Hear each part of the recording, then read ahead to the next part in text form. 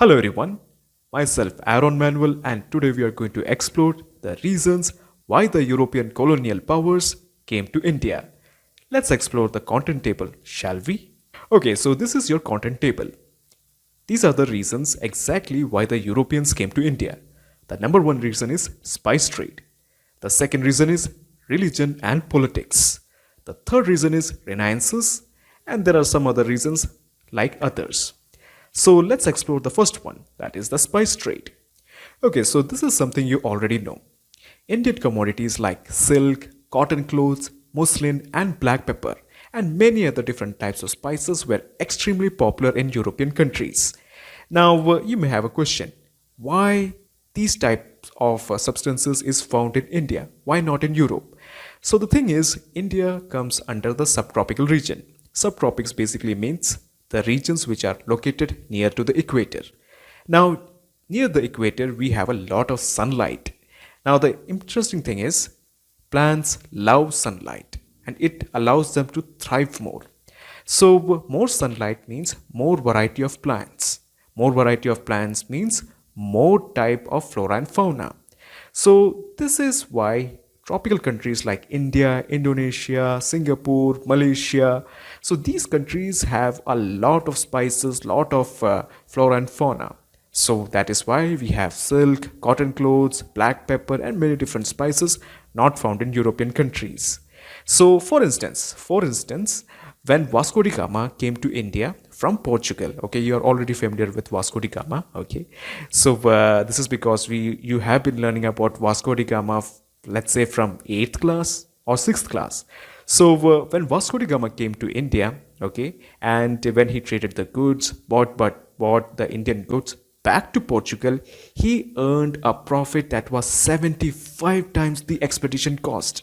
For instance, let's say it took Vasco da Gama to go from Portugal to India, and from India to Portugal, it took him, let's say, 100 rupees. So he made a profit of 7,500 rupees. That's the profit he made. 75 times the expedition cost. So that's a huge lot of money.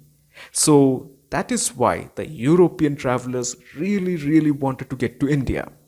Now, even before the arrival of Europeans, okay, even before the arrival of Europeans, the Roman Empire actively traded with India.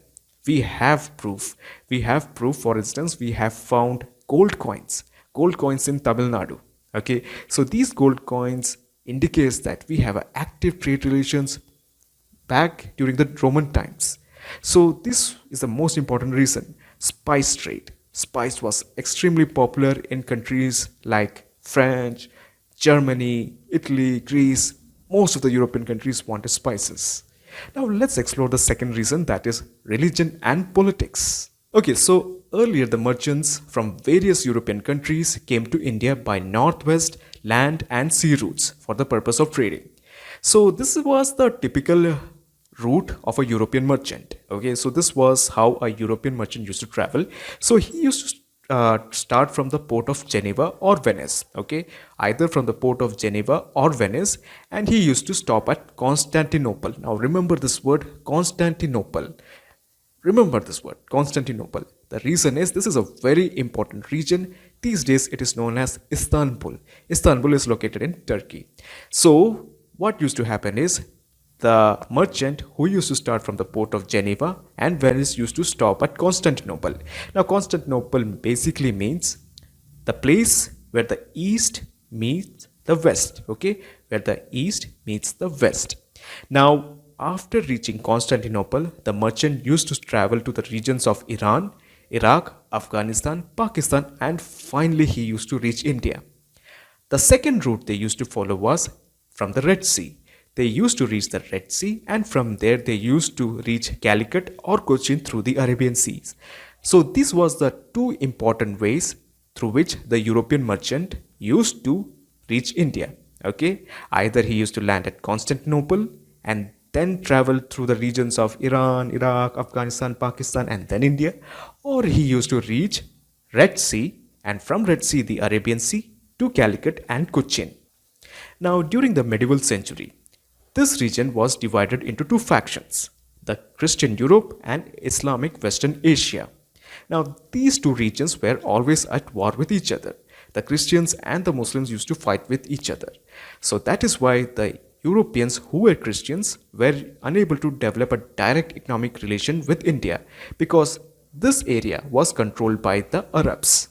So Arabs since controlled all the important land routes to India and even some ports we will see later. Okay, so it was difficult for the European merchants to reach India. Now came the final blow, that is when the Ottoman Empire captured Constantinople in 1453. Now, as I mentioned, Constantinople was a very important port for the Europeans. So, in 1453, Constantinople was captured by the Arabs, by the Muslims, let's say, by the Muslims. Okay, so it was a heavy blow for the Christian Europe because this important port was captured by the Arabs. So many existing trade routes to India and China were shut down. Now, one more thing the Ottoman Empire did was they closed the access to Red Sea. Okay, they closed the access to Red Sea. Now, this Red Sea was also vital for the Europeans to reach India. So, the Europeans decided that they need to look for an alternative route to reach India and other spice-rich nations. Now, let's explore third reason, that is Renaissance. Okay, so let's explore the third reason, that is Renaissance. So, this is something I have told you earlier, that is we have the Roman Empire. So every civilization, okay, every civilization goes through a period like a wave. Okay, first it has a golden period and then there is a decline and then it rises up. For instance, India was once called as Sone ki Chidiya. Okay, remember the Sone ki Chidiya? So let's say during the Gupta period or during the Mughal period, that was our golden period. Okay, and during the British period, it was our dark age. And after the independence, we started rising again up. So every nation goes through this phase. Okay, golden period, then dark age, and it rises up. Similarly, the European countries, the whole European region had their golden period during the Roman time. From the Roman time, they went through a dark age when the Roman civilization collapsed. And during this dark age, after this dark age came the Renaissance. So the Renaissance was a very important period culturally, economically, scientifically because a lot many scientific innovations happened. Scientific discoveries, scientific innovations, literature. So Europe was brimming with ideas. So this called for the spirit of exploration. And there were many tools that helped the European navigators, European sailors to reach countries like India faster. Let's explore these devices, shall we? So the first one is the Portuguese. The Portuguese developed caravel. Okay, so what is a caravel? So caravel is a very small ship. Okay, very small ship, and the importance of using this ship is it was very fast and maneuverable. Okay, the only drawback was that they were not capable of taking huge loads. Okay, so the Portuguese developed a ship called as caravel. These were small, these were fast and very maneuverable. So this helped the Europeans to reach India faster. Then came the invention called as the printing press. So what is the role of printing press in Renaissance and the age of exploration and the merchants reaching to India? Well, with the help of the printing press, the maps were printed in bulk. So even a common man who came across a map, he was like, wow, okay, there are many regions that I can venture to. There are many regions I can go to. So when he looked into the map and he was like, okay, let's explore, let's go out of this place, let's do something. So it helped the people in Europe to get a different thought. There are many different regions, many different world that we need to explore. So that is one reason. Then came the latitude and longitude. So there was this guy called as Gerardus Mercator. So he created a system of tools as well as maps that involve latitude and longitude. If you are familiar with geography, you may have come across latitude and longitude. So basically any region can be described in terms of coordinates, in terms of numbers. So a region was split according to the lines. So these lines were important, and using these lines, it helped the navigators to reach many different places. It helped the other sailors to reach, okay, we have reached to this latitude, we are here, we are this address, please come help us, or you can come here. So this is how the Europeans actually navigated using the help of the early devices using the latitude and longitude. Then came the compass. Okay, so compass was already there, but later, during the later medieval period, especially during the age of exploration, the Renaissance, the compass was advanced to a significantly very high level.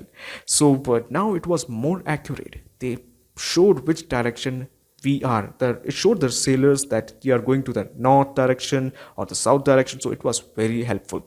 Another device was the astrolabe. So the thing about astrolabe is, using the astrolabe, a sailor can decide that he on the north side of the equator or on the southern side of the equator. So this was also very helpful. Now during the medieval century, the later medieval century, during the age of Renaissance, there was also an exploration in gunpowder. So the gunpowder vastly helped the Europeans to defeat the native population. Okay, for instance, there was a fight between Vasco da Gama and the Arab merchants. So the Arab merchants were brutally defeated because one of the reasons was that Vasco da Gama had, even though had a lesser amount of sailors, lesser amount of soldiers with him, the reason he was able to defeat the Arab merchants was he had a huge, good, fine quality of gunpowder. So that was helpful. So these are those instruments which help the Europeans to navigate faster, securely, and finally reach places like India, Indonesia, Malaysia, basically the subtropics. Now let's explore two more reasons. Okay, so when, let's say, a neighbor of yours reaches America, goes to America and comes back, he's going to tell amazing stories. Okay, like he met them, he met those, and the level of versatility he has will be on another level. Similarly, when the sailors came back, they brought gifts, they brought gold. So many people around him also wanted the same thing. So, for instance, the Portuguese started this age of exploration. They started becoming profitable. Then the French, the Germans, the Britishers, everyone wanted to explore more. They want to invest. They wanted to show that, okay, they can also do it. They can also become rich. Okay, so that was one more reason. They wanted more knowledge. So that's one reason. And finally, this is one of the most important reason. So Christianity and Islam. Okay, so these are Abrahamic religions. The thing about Abrahamic religion is that they want to bring more followers into their fold. Okay, now the thing about Christianity during the medieval times is that the whole Europe was mostly Christianized. Okay, the whole of Europe was mostly Christianized. So the part of this area, that is the Western Asia, was Islamic. Okay, you have Christian Europe, you have Islamic Western Asia. So that was becoming a problem. So they wanted to bring more Christians to their fold. So they obviously can't convert the Muslims to their religion. So they decided that, okay, we will go to new territories, okay, and Christianize them. They will convert them to Christians.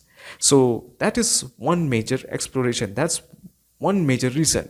So this is how it used to work. When they used to reach a land, they used to plant a cross. That's what pretty much every Christian nation, every Christian European nation used to do. They used to reach a land and they used to plant a cross and they used to convert the local population to Christianity. So these were the reasons. The first one is the spice trade. The second one is the Renaissance. The religion and politics. The third reason is Renaissance. The fourth reason is you have the knowledge. And the fifth reason is, of course, the spread of Christianity.